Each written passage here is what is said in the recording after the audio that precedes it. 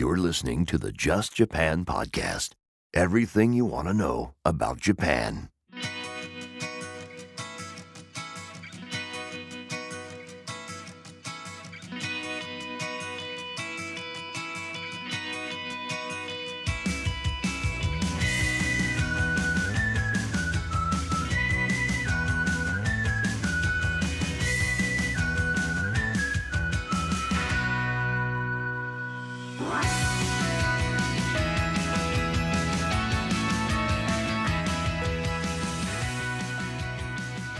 Hey there, folks.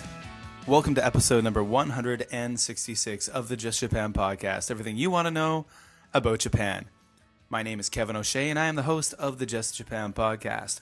I'm a Canadian who lived and worked in Kobe, Japan for nearly 10 years. And recently I made the move to Beijing, China, where I'm recording this episode. It's episode 166, and I'm really happy to be back. It's been a while. So for all of you Just Japan podcast listeners out there, sorry it took me so long to get back in the saddle and record episode number 166. But of course, you know, if you are someone who has followed me for some time, that I recently made the move to Beijing, China with my family for work. And of course, when you're making a big move like this from one country to another, especially with a family, it takes quite a while to get settled into routines, to figure out what's going on. I mean, you're moving to a new home. You've got to kind of set up the house. A new job, learning about the new job, new school for the kids, a whole new life, learning where to buy food, how to buy food, what the heck the food is. All of these things take time. But finally, I have to say that we've got the routine set. Well, for the most part, the routine is set enough that I'm definitely feel comfortable and I have enough free time to be able to start recording the Just Japan podcast once again. And I'm really excited about that because all of you guys out there listening are people who are really interested in Japan. You're interested in learning more about the country, the culture, and learning more about the people who live there and who have lived there in the past. So I want to share that. And that's what this podcast is all about. Each and every week I bring on a different guest. We learn different things about them, what they're doing in Japan. And hopefully that will inspire you to come to Japan. If you're already in Japan, to maybe try new things. If you're not in Japan, to try new things. Who knows? And also, I want to add, for those of you out there wondering, a lot of people, a lot of listeners, people who follow me on Facebook and Twitter and on YouTube, were thinking, hey, Kevin, is this going to become the Beijing edition or the Beijing podcast, the Just Beijing podcast? No, not at all. This is the Just Japan podcast. I've been doing this podcast for years. There's thousands of you out there who listen, and I'm going to continue making the content that you guys love. Now, of course, I don't live in Japan anymore, but I've got a foot planted in the country. So here I am, almost 10 years there. But of course, you guys know that my wife and my kids are Japanese. My kids were born in Kobe. My wife's from Osaka. And hey, we're going to be back there for Christmas holidays, which is awesome. And then again in the summer. So I'm now in a job position where I can financially afford to, hop over to Japan once, twice a year, which is going to be great. And there's a very distinct possibility that Japan will be home again in a few years from now. So, this is where I'm at right now. It's a great situation, but it's a professional move. I came here for work, and it's not a forever move. And that's definitely a for sure thing. So again, the Just Japan podcast will be content about Japan because that's why you guys listen. And that's what I'm, really keen to share with you. So this week we got a really awesome episode for you. Each and every week I like to think we have awesome episodes for you. I'm really excited to have a new guest, a first-time guest. This is someone who I've met in person last year at the first ever Just Japan podcast meetup, which was held in December, I think December 27th. At the Harbor Tavern in Kobe, Japan. It was an amazing event. Today, it depends on where you are and what time you're listening to it. This episode, I'll be talking to Tom from the Being Kansai Twitter feed, and the Being Kansai Twitter feed is a great place to go to get lots of amazing information about the Kansai region of Japan. So I talked to Tom a little bit about his story, what he does in Japan, about the @Being Kansai Twitter feed, and a lot of cool things. So stay tuned. We got a great interview for you. You're really going to enjoy it. Please hang up and try again. Folks, welcome to episode number 166 of the Just Japan podcast, Being Kansai. And this evening, I'm very happy to welcome a very special guest, first-time guest on the Just Japan podcast, Tom from Being Kansai. Welcome to the, hey, everybody. To the show. Cool. Hey, thanks for, I've been listening for a long time, so it's really cool to guest. Hey, we're really happy to have you here. It's kind of the comeback episode of the Just Japan podcast. It's been a while. I think probably close to 2 months since an episode has been put out. Yeah, but with my big transition from Japan over here to Beijing, this is basically something I've been wanting to do, but just haven't had the time nor the routine to do it. Yeah. But we're into it now. I'm full stride into my routine of life, and I've got the time to start doing the podcast again. So I'm really happy that you joined us to kick the series off again. Well, I'm honored to be here. Awesome. Okay, well, first of all, as I ask all guests who come on the Just Japan podcast for the first time or the second or third time, I always like to ask people, if you could tell the Just Japan podcast listeners a little bit about yourself, where you're from, and where you are in Japan.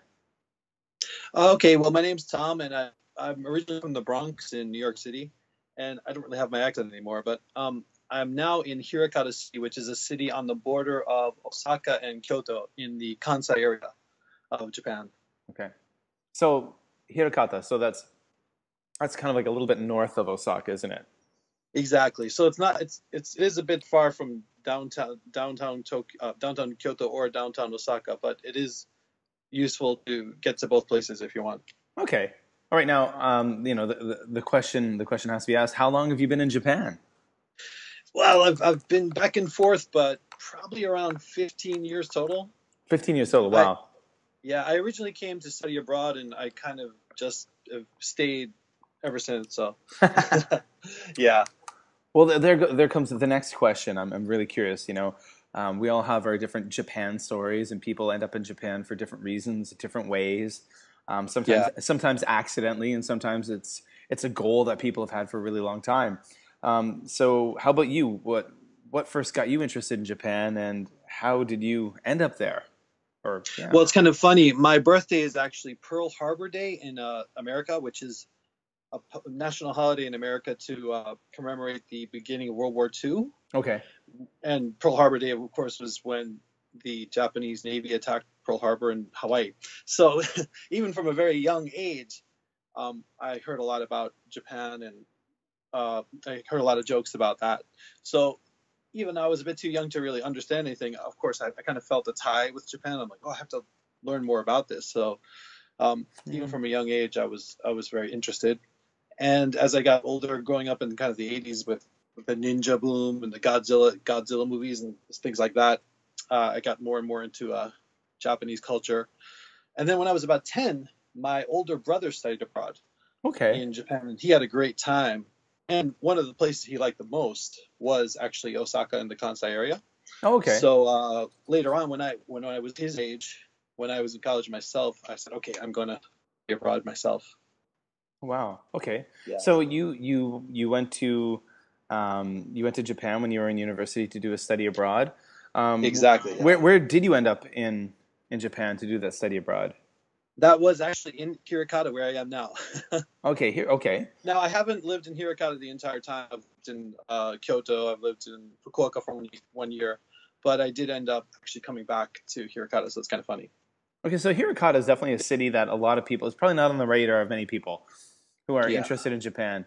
Can you tell us a little bit about it, or what you like about it? Is it a good place to live, a good place to raise a family? I think it's kind of off the radar, but it's growing, it's getting bigger, and it is convenient. It's kind of in the middle of Osaka, Kyoto, and we're also close to Nara. It's kind of right in the middle, and there's a fair amount of nature, but it's also growing as a city. So it's a nice little town. I mean, there's not a ton happening here, but we do have a cool little theme park called Hirakata Park. Okay, yeah. And, that's got a roller coaster, right? Like a big roller coaster, a wooden roller coaster? Yeah, they've got a big roller coaster, a big Ferris wheel, and they'll have some like comedians come, and every once in a while, some minor celebrities will come and have a little show there. So It's always great to be been open a long time. So It's always great to be entertained by minor celebrities. Yes. yeah, Nice. we'll take whatever celebrities we can get here. I'm So. going to be honest here, and pardon my ignorance, but I mean, I spent almost 10 years living in the Kansai, and I always thought that Hirakata was part of Osaka. Well, it is actually, it's part of Osaka Prefecture, but not part of the city. It's a different city. Okay, so, I know. Yeah, I thought it was actually like a part of Osaka City. yeah. So pardon me for my ignorance. My Well, no, ignorance. it's a little confusing. So Yeah, I mean, I've been to Hirakata before. I've run the years ago, back like 2008 and 2009 or 10. I ran the the Osaka Citizens Yodogawa Marathon. yeah, the Yodogawa, which is the river that goes from Osaka all the way up to Kyoto. Yep, and Historically, it's sort of famous for that. So both years, I remember the marathon started. The starting line was in Hirakata. Yeah. And the finish line was not. But Yeah. but so I remember One thing it's famous for, I don't know if you know the video rental chain called Tsutaya, which is sort of like the Japanese Blockbuster. Yeah.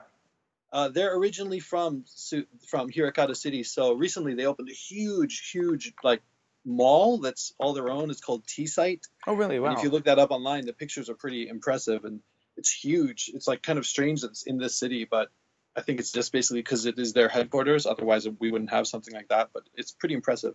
Oh, wow, cool. Yeah. A good place to separate you and your money. Yeah. Is it kind of like a big Aeon mall or something like that? Yeah, they've got like they've got tons of little mini shops and all these cafes, and it's all glass, and the building is designed. It's a very futuristic design, especially for a town like this. It's just got like a mix of everything. It's hard to explain. You don't know when you're leaving one shop and going into another because of the way it's designed. Oh, wow, okay. But it's cool though. Cool. All right. Yeah. And now I was just actually thinking something I just mentioned a little bit earlier. When I ran that marathon, actually the start and finish line were in Hirakata. We started in Hirakata. We ran down to like near Umeda and then back to Hirakata again. Yeah. Yeah. So, and it was just along that footpath by the river. So boring as hell.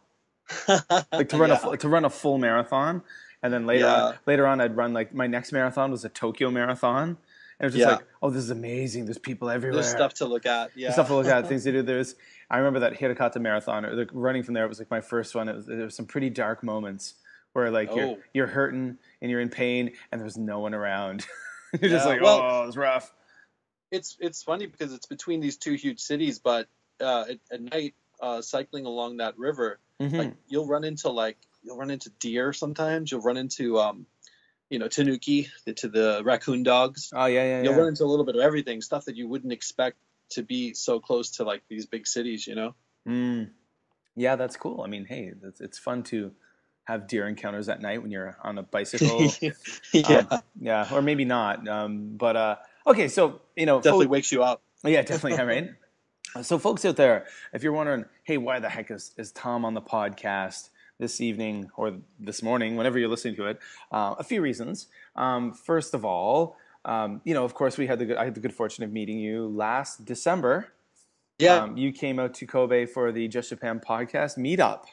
Yeah, that was awesome. That was really awesome. That was a really great time.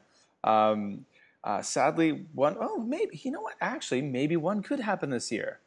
Oh, really? Well, I'm actually going to be, so of course, I've already I'm going to talk about this extensively in the lead into this interview and this episode. Right now I'm in Beijing, but I'm going to be spending the Christmas and New Year holiday in Kobe. Oh, awesome. So I'm going to be Kobe and Osaka. So my family and I, we're flying into Osaka on the 25th on Christmas, and we're going to be there until the 4th of January. Oh, cool. That's a fair amount of time. Yeah. So we're going to go there and spend the time basically with my wife's family, of course, and especially to be there for Oshogatsu. Yeah, I want to be there for New Year's, and then again, of course, I'll be visiting when I have my summer holiday next year. I'll be going to Japan and Canada, but of course, be stopping in Kobe and Osaka and all that stuff. Cool. Always got that foot in the door You know, Yeah. got family there, Well, right? So it's on the way back to Canada, so you might exactly. as well stop in when you can. Why not? Why not? Right? Yeah. So yeah. So maybe there could be a Just Japan podcast meetup this winter again. Yes. And now I didn't even think about that. It's like, wait, I'm going to be there. I'm going to be in Kobe and Osaka. Not at the same time, of course, because my body would be ripped apart if that were the case. But Yeah. the main reason, folks, I wanted to have Tom on this evening is because he's the person behind the at Being Kansai Twitter feed. Yes. So at Being Kansai is a Twitter feed that I'm definitely a fan of what you do on Twitter. You definitely, in my opinion, you post some Thank you. really awesome information about the Kansai, what's happening in the Kansai, events, just all kinds of good stuff about the Kansai region of Japan. So first of all, I'm going to ask you, to tell us a bit more about Being Kansai. But for those for those out there who might not know, what the Kansai region is, because of course everyone knows Tokyo, everyone knows Kyoto, Yeah. and people Yeah. know Osaka, but the term Yeah. Kansai might be a bit ambiguous for them. What is the Kansai region?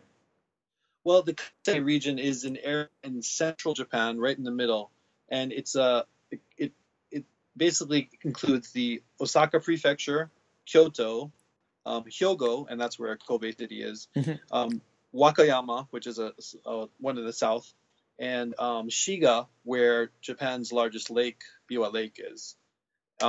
So it's that all those prefectures kind of together, and it kind of have their own dialect, and the area has a certain personality. Each city, of course, like Osaka and Kyoto, aren't exactly the same, No, definitely not. but it does have kind of its own feel, kind of, so its own atmosphere, and it is the second kind of biggest rival region after Tokyo, after Kanto, which Tokyo is in. Yeah.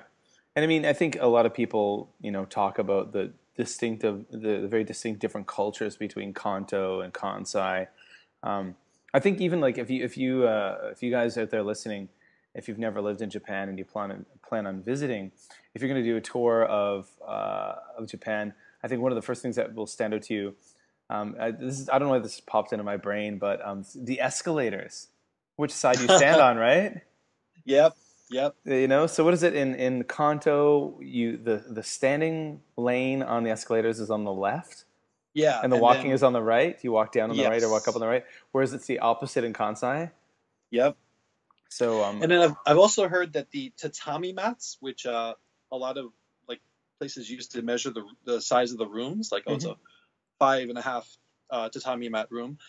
I've heard that the tatami mats in Kansai are actually a little bit bigger than in Kanto. So even most people think of it as this uniform standard, but even the tatami mats are a little different. Wow. And then there's, of course, like the kind of personality, I think, like, especially like Osaka, the people are known for being more gregarious, having better senses of humor. Yeah, it's the kind of the comedy capital of of Japan. Yeah. So I think for Japanese people, people who have aspirations of becoming entertainers and comedians, they normally have to basically kind of one of the things you got to do, the rite of passage, is to move to Osaka and cut your teeth in the comedy scene. Yep. Kind of just like if you want to be an actor, a Broadway actor, you got to move to New York. Yep, exactly. If you want to get on the screen, you got to move to LA. If you want to be a comedian, you got to move to Osaka. Yeah, the big company is called Yoshimoto, and they've become more and more of a kind of a tourist attraction in their own right. So, oh really? Yeah.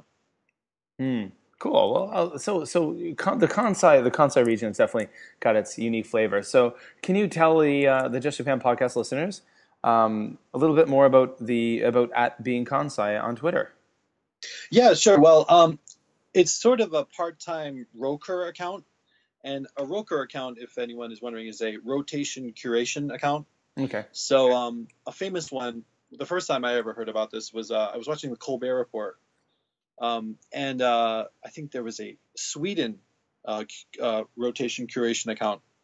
And Stephen Colbert he's American, obviously, but he was trying to get a slot on that account, but he didn't get it. So that's where I first learned about the concept, where it is, people who live in a certain place or a certain city or country will take turns hosting an account and just talking about their everyday life.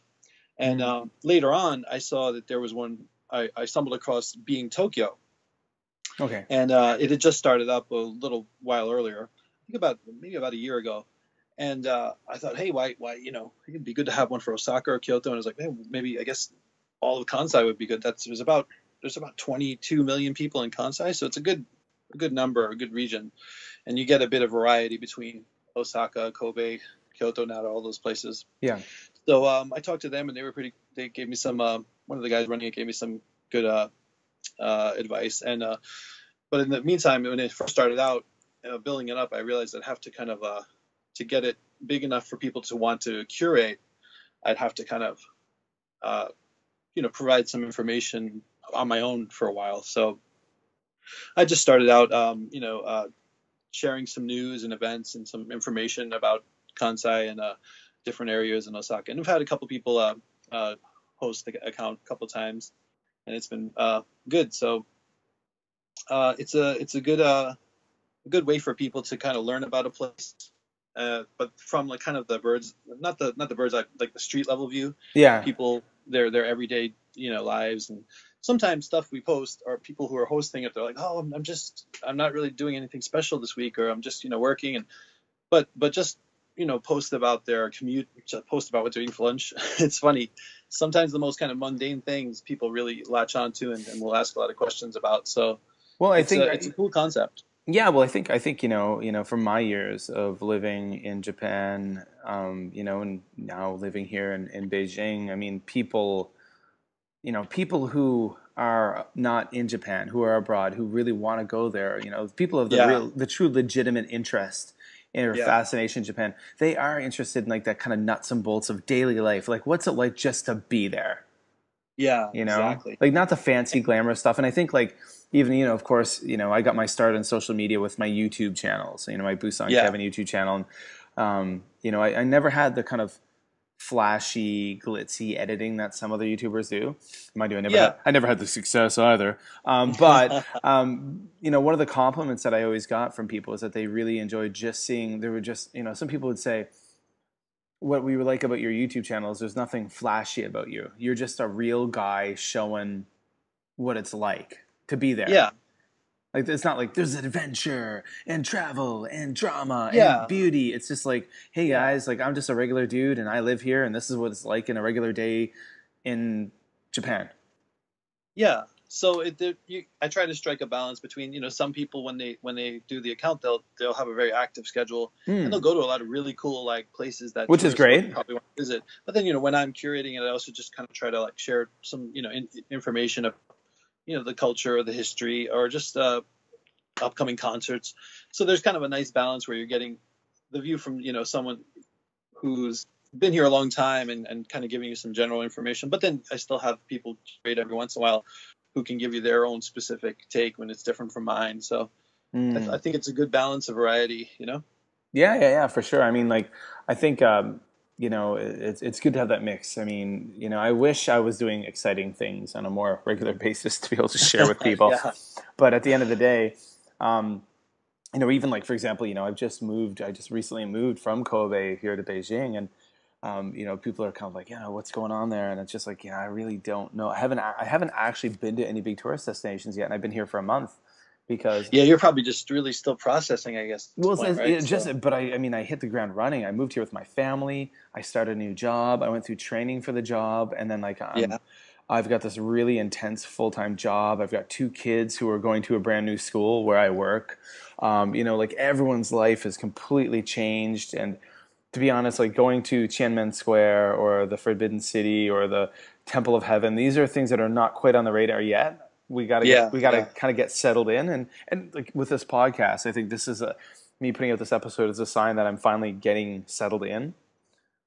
Where I'm not all frantic and stuff. I'm like, hey, I've got time to start podcasting again. Let's do this. But again, so it's kind of like. I went to the convenience store today once, and maybe I can take some pictures of stuff there. Yeah, yeah. Because You'd be surprised the because best I can do. some people have said that. You know, they'll go to like a really expensive kaiseki, restaurant in Kyoto, and they're like, oh, I posted a picture of that, and I didn't really get much response. But then when I went to the beef bowl chain, I got hundreds of responses. So it's surprising what people. It's cool because it reminds you of the perspective of people. Some people who follow the account are in Japan, but then there's a lot who aren't, and how those two perspectives are different, and they're both valid.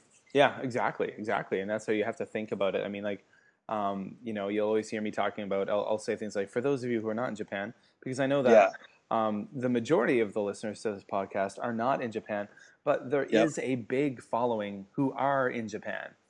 Yeah. So you of course you don't want to talk down to people who are in Japan, because I mean Yeah. there's people who listen to this podcast who know a heck of a lot more about Japan than I do and have lived in Japan longer and just Yeah. but then again, there's also people who are sitting in their dorm rooms, in the States or in Canada or Australia, who are like, I think I might try to apply for the JET program next year.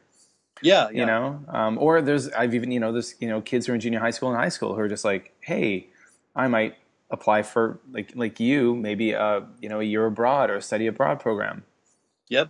Yeah. So, you gotta think of all those different bases. Yeah. Yeah. So, okay. So, at Being Kansai obviously is a Twitter account. Would you say that, Yes. Twitter, for those out there listening who are not on the Twitter, of course, I mean, there's a lot of great social media sites out there that, to get info, you want to see the stuff, you look at Instagram, Yeah. Facebook pages, this and that. But what would you say some of the advantages of Twitter are for those who are, interested in travel, who are interested in learning more about a region? I think with Twitter, I mean, it is limited in terms of how many pictures you can put in one post or words, but I think you kind of it forces people to cut down to you have to kind of be picky and choosy about what you want to post, and hopefully the theory is at least that people kind of pick the best stuff, that you don't have to wade through lots of extra stuff that you might on Facebook. Like I think each platform has its pluses and minuses, and we do have I do have started a little Being Kansai Instagram site. Oh, tell us about that. Well, it's just, this one is just me, just some random photos I've put up, but I do find that Twitter, you do make more of a connection when you post things. You do get more questions. It does feel more personal than Instagram in some ways. Like you'll get likes on Instagram, but it doesn't feel like there's that back interaction and forth so much. Yeah, there's much more. The interaction feels more real on Twitter. It could just be me, but there is something about Twitter where people are kind of a bit more. I don't know. There's more of a freedom to just talk to anyone randomly. Oh, And yeah. it has its pluses and minuses, but overall, it's been pretty positive for me, I think. Okay. I'm curious to find out, where do you get all the information that you find? Because you post a lot of really interesting things about concerts, about festivals, about like different events that are going on, beer gardens, beer festivals. Yeah. But Yeah, that's a all good good stuff. question. Where do you find all that stuff? Various websites. There are a lot of other good Twitter accounts I've found. One is the great Kansai Photos, at Kansai Photos, who actually, I think he was on your podcast before. Yep. Yeah, he Absolutely. was on your podcast. Yeah, he was definitely. He's an excellent source of especially festivals. Yeah. Anyone looking for any festival information in Kansai should go to him. He's great. Yeah. But my secret weapon is probably my wife, Okay. who's Japanese, and she'll often kind of give me the scoop, like on something that's coming up, and before maybe some of the English language news sites will, or some of the other English language accounts will, she'll be like, "Oh, did you hear about this?" and send me the link and explain it to me. So she's really helpful. I'm very thankful to Nice. her for that kind of help. So that's pretty helpful too. Yeah, and then also as an English teacher, I'll try to talk to my students about, while I'm talking to some of my adult students. I sometimes get some interesting, updates and news from them. So I've got my kind of different sources I'm cultivating. So Nice. But no one major thing. But there are some good Twitter accounts. There are some good websites. But I try to look in a lot of different places.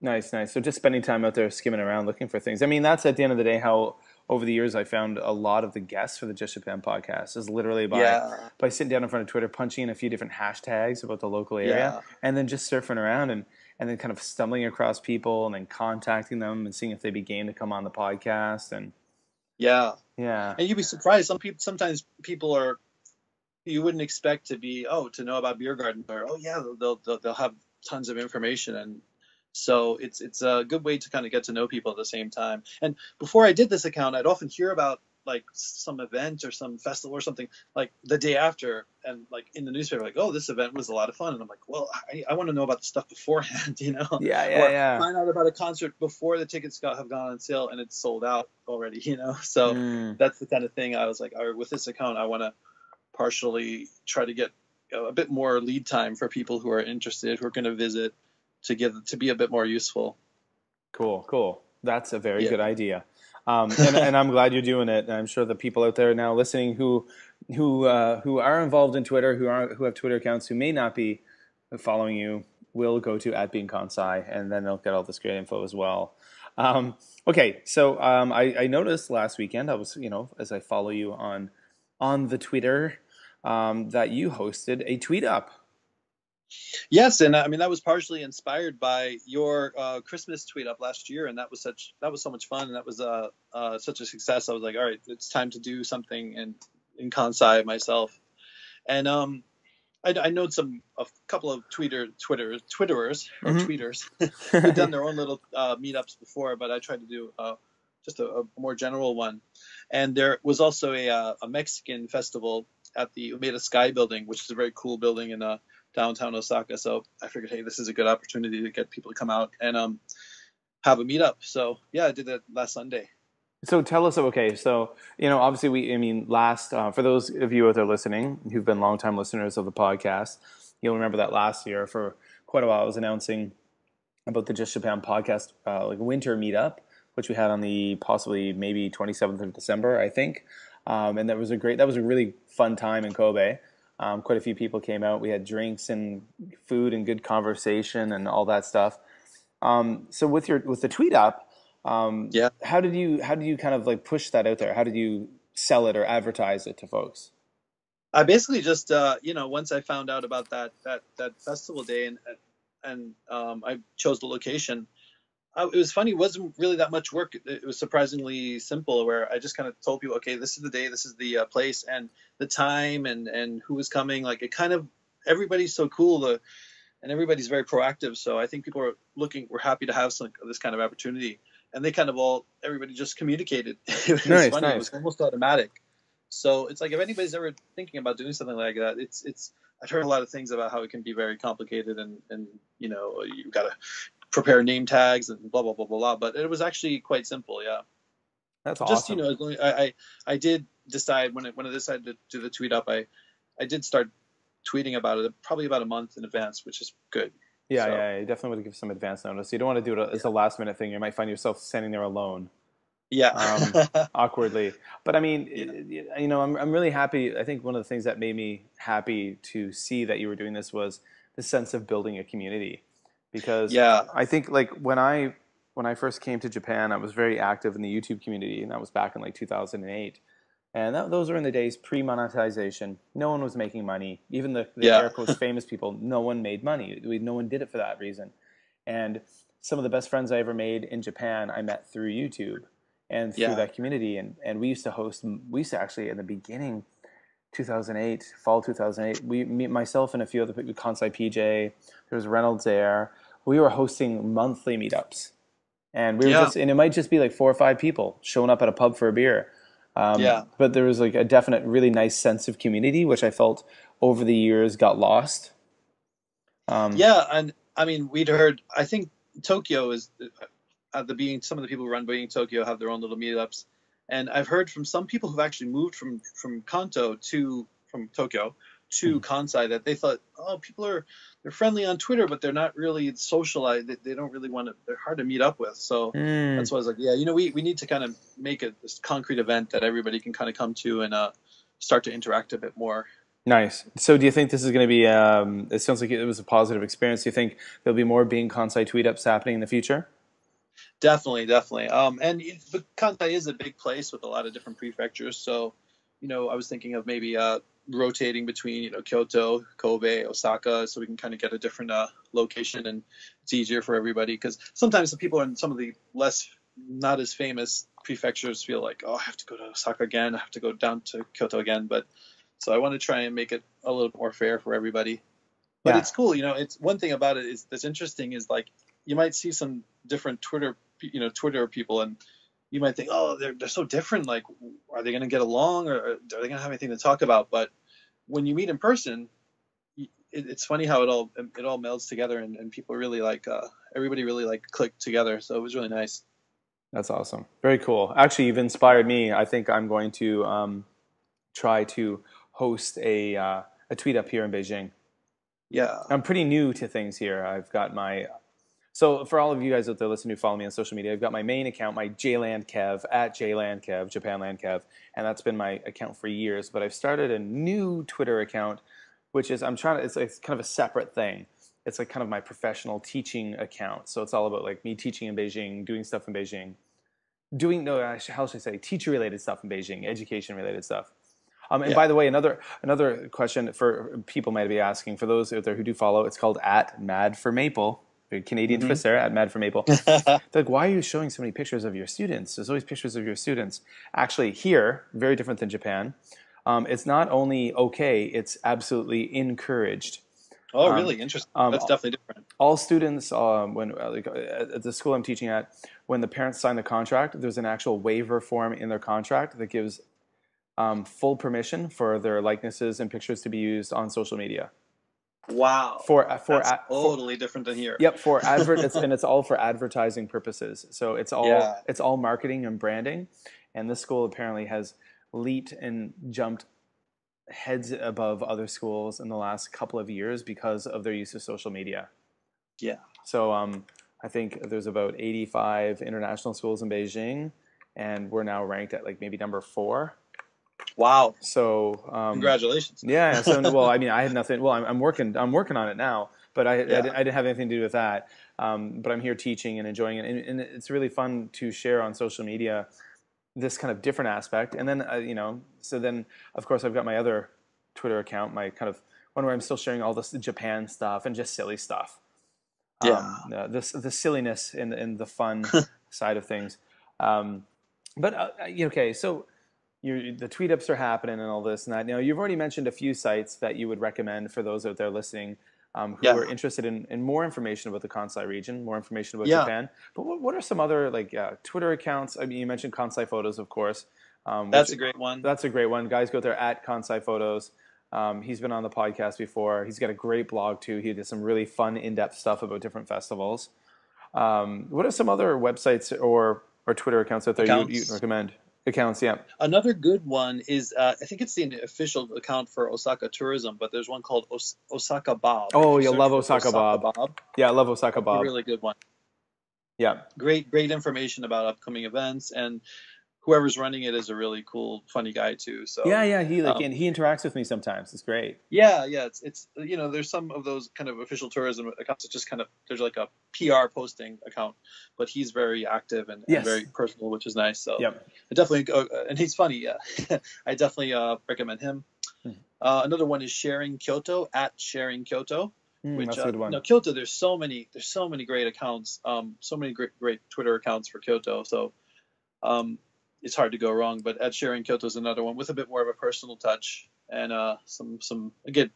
I like sites. I like accounts that have a bit of a sense of humor too. So at Sharing Kyoto is another good one.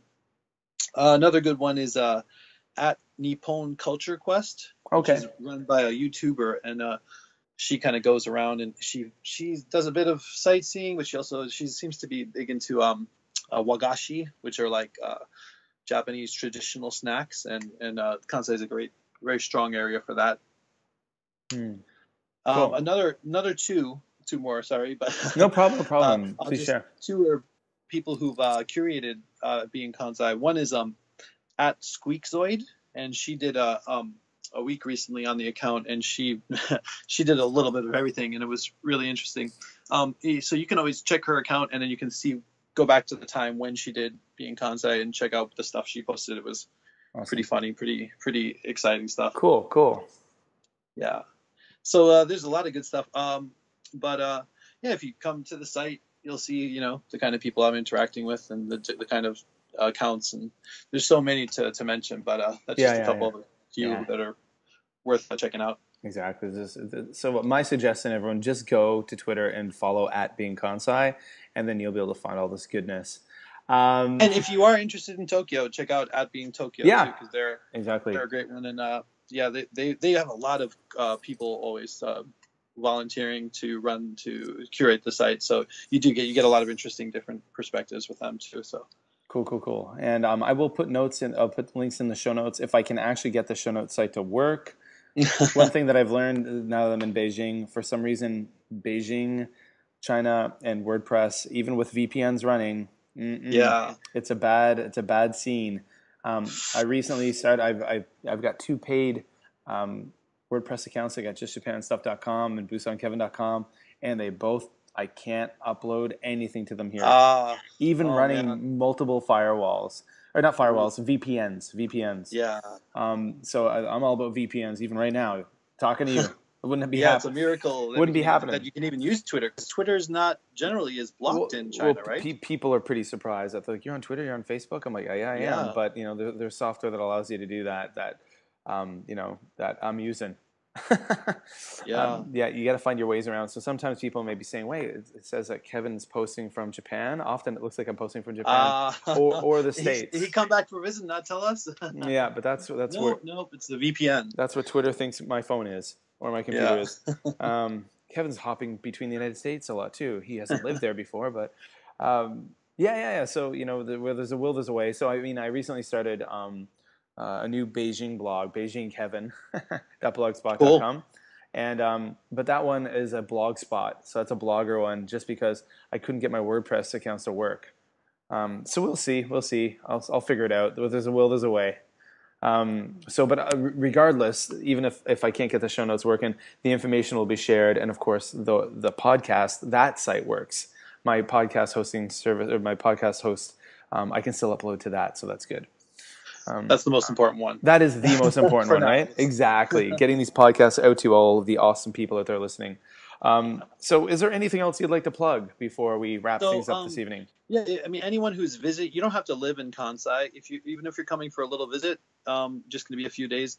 If you want to take a turn running the account, just get in touch with me. I have a separate Twitter account called @KansaiTom, where you can message me and we can talk about the logistics if you're interested in doing that.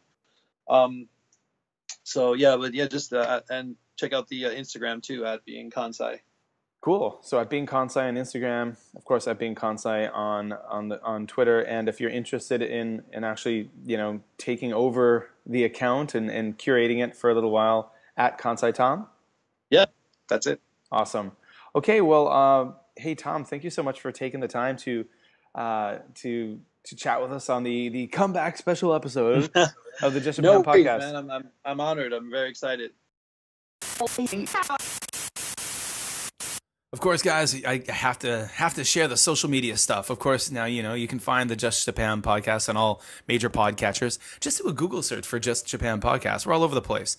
You can follow me on Twitter @JLandKev, @JLandKev. You can also follow my new kind of professional teaching, cool Beijing work Twitter feed, which is called @MadForMaple, playing on the stereotypes of us Canadians. Of course, the Facebook page is facebook.com/JustJapanStuff. Go there, check it out. Check out JustJapanStuff.com. Has not been updated in a while. I have to admit, I've been fighting with the WordPress sites since I've come to China. Of course, the reason why you get the regular me on Twitter, the regular me on Facebook, is because I'm using VPNs in order to be able to use the full internet here in China. But for some reason, I've been having a lot of problems with my WordPress sites. But go check out Just Japan Stuff for sure. I will try to get the show notes for this episode up there. And I've got a new blog, so check out BeijingKevin.blogspot.com. BeijingKevin.blogspot.com, and that's a very Beijing-centric one. That's the one about where I'm at now. So all those notes will be shared on Twitter, on Facebook. They'll be all over the place, or all those links. So go follow me on the social medias, everybody. All right. Well, I want to thank Tom for taking the time to come by the Just Japan podcast and share his really interesting story. Of course, you can find him over on Twitter @BeingKansai. So go check it out, guys. Go check it out. It's some cool stuff. And of course, links will be in the show notes at justjapanstuff.com if I can get the freaking WordPress site working. We'll see. I want to thank all you guys for tuning in. It's been a long time. Let's make this a regular thing. Just you, me, our guest, and your time commuting, your time running, on your bicycle, at home, whatever.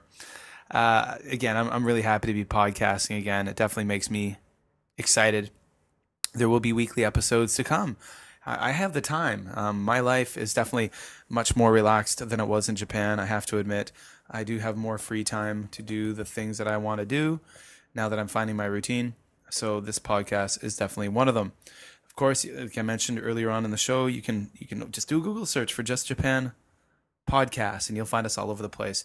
We're on iTunes, we're on Stitcher, we're on Libsyn, we're all over the place, guys. SoundCloud. Yeah, so of course, again, follow me on Twitter at JLandKev. Follow me on Twitter at MadForMaple. Go to the Facebook page, Just Japan Stuff. Go to justjapanstuff.com. All the blah blah blah blah blah blah blah blah blah. But yeah, so there you go, folks. Next week. And of course, if you have any questions for me to answer, in the mailbag section, you have any questions about Japan, what I'm doing here in China, that kind of thing, just throw them at me. You can always email me at justjapanpodcast@gmail.com, justjapanpodcast@gmail.com, or shoot me a note over on the social media. I would appreciate it. I'd love to get your feedback on... Oh, now one thing I need to add about this episode, I forgot to mention earlier on. You probably noticed that the sound quality is very different, and the interview portion is very tinny, ringy, and not as good as normal. I don't have my microphones with me. When we moved from Kobe to Beijing, I packed away all of my microphones to be sent by a shipping company. I won't be getting that stuff until October, and I'm kicking myself. I should have just thrown at least like my Blue Snowball microphone in my suitcase. I don't have any kind of mics. I literally so when I talked to Tom, when I interviewed Tom, literally just using my MacBook, talking with using the internal microphone on the MacBook. So if you notice that the sound quality just isn't what it normally is, that's why. And right now I'm recording the intro part of the show and the outro part of the show, using my iPhone, and I'm using an Egitige iPhone microphone with a fur windscreen. And if you hear any noise in the background, that's the air conditioner. So that's what I'm using to record. So for the next few weeks, the interviews will just be using the internal microphone on my MacBook. So it won't be as good as it normally is, but hey, the content will still be great. You'll have great interviews to enjoy. So that's it, guys. Thank you so much for taking the time to download the Just Japan podcast. Thank you so much for taking the time to listen. Thank you for sharing this podcast on your social media, guys. That would help a lot. Get more people listening to the Just Japan podcast. That always motivates me to make more episodes. So that's it, guys. My name's Kevin O'Shea. I'm talking to you from Beijing, China at the moment, and I'm talking to you all about stuff about Japan. That's it for another Just Japan podcast. Wherever you are in the world, I hope you're happy. I hope you're healthy.